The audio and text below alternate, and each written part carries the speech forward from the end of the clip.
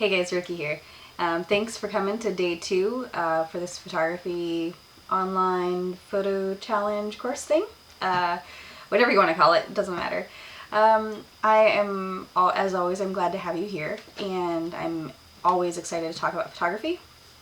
Today is all about composition, and next to light, I think this is a very important skill to learn. Basically, composition is just how you are setting up your photo and how you're allowing your subjects to look in the frame. So if you're picking up your phone or your camera, you're looking edge to edge, corner to corner, and you're seeing like what is in this frame of my photo. And it's easy to not be mindful of what's in the background or what's on the side or the distractions, or I want to add this cozy element. My recommendation is to put the lights in the background. That's, even if you're on your phone, usually most everybody's phones these days, you can use your finger to select your focal point and it will give you some semblance of blur. Portrait mode even better. If you don't have portrait mode, oftentimes it'll still be kind of a blur, but if it doesn't, again, it's adding that element of layering and adding depths. And then you have the full background where you have lights or a plant or candles or even yourself. If you saw my photo on Monday, then you will know that that is how I did it, where I had the book open on the table. Then I had myself in the background. There was light, a candle and a plant, and then behind me was the window, but it kind of was on both sides. So then there was plenty of light coming in, especially on the subject, which was my book. So anyway, yeah, so composition is all about kind of making changes. This took me quite a while early on in working with the Art and Biblio, that I had to practice for quite a while. If you scroll back enough in my feed there, you'll see that it's not as good. You know, like we were definitely learning, and the consistency of doing this every day for the past 4 years has been amazing. And I mean, that's practice. That's what it comes down to, is you just have to practice. And it's not just practicing taking the photo, which helps of course, it's practicing. So it's just about making some changes, adjusting your perspective, adjusting, you know, the things in the frame of your photo, and seeing what looks the most balanced. Again, you're going to hear me say balanced a lot. That's really, everything's about the balance. You want to make a few shifts to make sure that everything looks pleasing, right? And that's going to look different for everybody. Some people are going to like the twinkle lights behind the book. But if that's what you like, don't let me tell you differently. Do what you like. Because your personality coming through in your photos is going to be the most important thing. You have to embrace who you are, your style, your mood, your color tone, your personality, all of it. Have you seen those things on Instagram where people are doing like the branding color palette swatches, color swatches, yeah. So it'll have like anywhere from 2 to 5 or 7 colors even. You can go on Canva or Pinterest and find them all day long. And they'll have like, here's a picture, and from that picture, here's like the 5 colors, main colors in here. And then it'll show you the color codes, and you can use those color codes and use it in your branding. Super easy. Because having that consistency in color, one, helps keep you consistent. So you can be like, I always need green in my photo, or I always need yellow or warm orange tones. That's something to think about.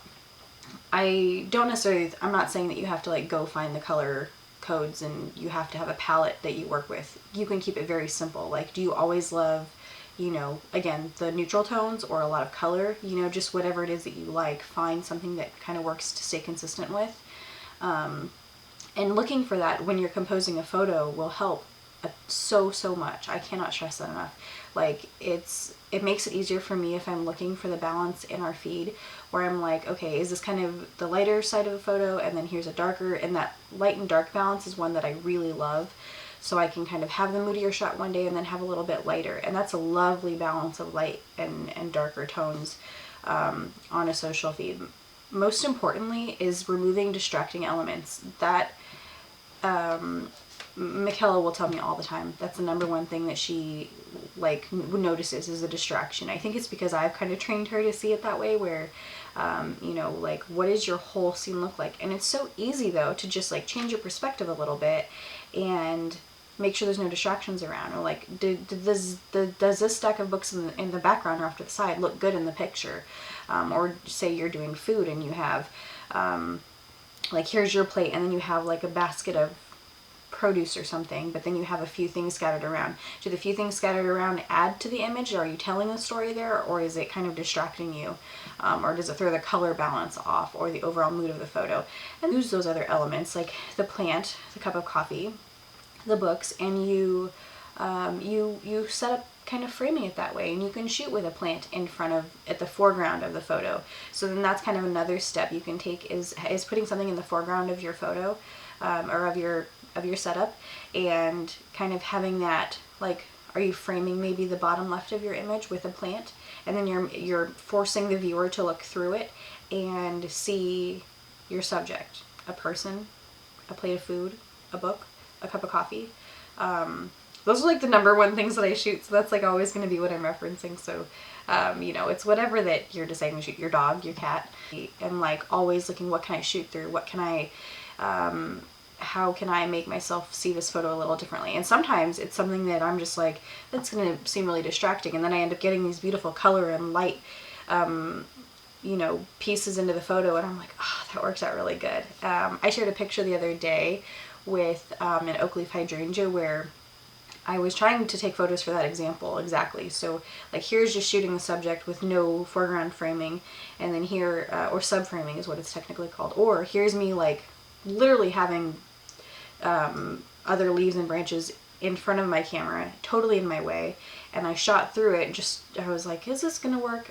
It turned out beautiful. I loved it. And I got a ton of comments about how much people just were like, that's so beautiful, because it was just leaves on leaves. But the way that, you know, it was kind of damp from rain and the sun was coming through, just, it created a beautiful harmony of light and color and interest from layering. You know, it's kind of testing out what works there. And then of course, after you think about framing, then it's, and I will also say, if you're doing like a flat lay, framing can also be like, here's a blanket in the corner of the photo, or here's like my hands holding a cup of coffee here on the side, or you know, just that mix of pieces. You know, here's looking at my shelf. How can you frame it to where it looks interesting? Where, well, here's like my main subject, I'm looking at the books on my shelf, and then here's like a little corner of a frame, and here's the other part of a shelf on this side, and here's my dangly viney plant, which if you don't have a vine plant on your bookshelf, maybe you should. Okay, so moving on to perspective. It is our first instinct when you first start taking pictures is taking photos at eye level. Like, you just want to, you're standing up, here you are, bam, here's a shot, and I'm done.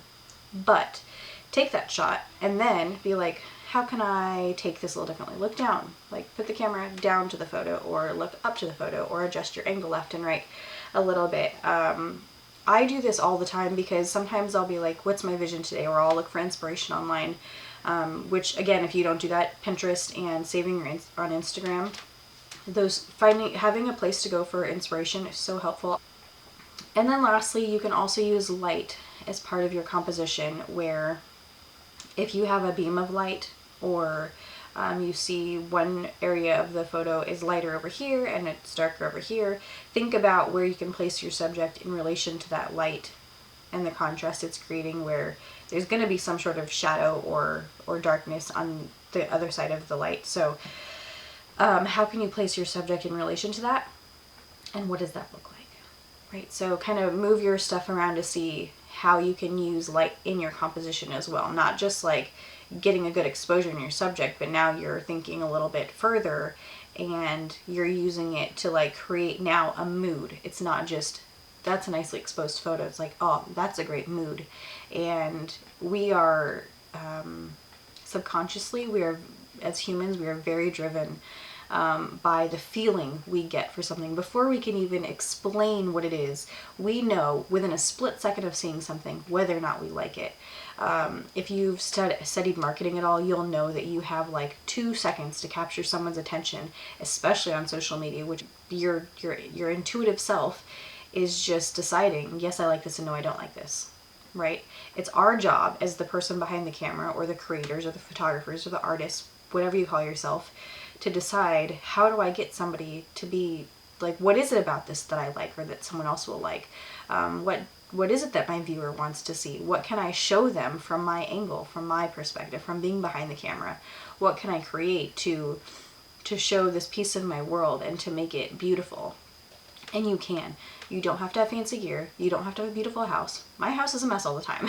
Like, I have 3 children, and I have a ton of books, and I have just, like, I don't know, I like cozy, and sometimes cozy means a little messy. And someday my house will be clean and tidy and not messy like that, and that's just not today. But you can find a spot somewhere. Just finding those pockets of spaces in your home where you can just clear a surface, or the corner of your couch where you can throw a blanket and there's just no distraction, no toys, no mess. And you just think about how this is going to look in the frame, what you can do to add some life, some warmth, candles, a hand, a blanket, anything that just creates some depth, you know, and just practice. You just have to practice. So, yeah. Take some pictures. Tag me on Instagram. I want to see what you do. If you don't love it, then you don't have to share it. You can send me a DM if you want. If you need a little bit of feedback, I'm happy to offer that. So stay tuned for tomorrow, and I will see you guys then.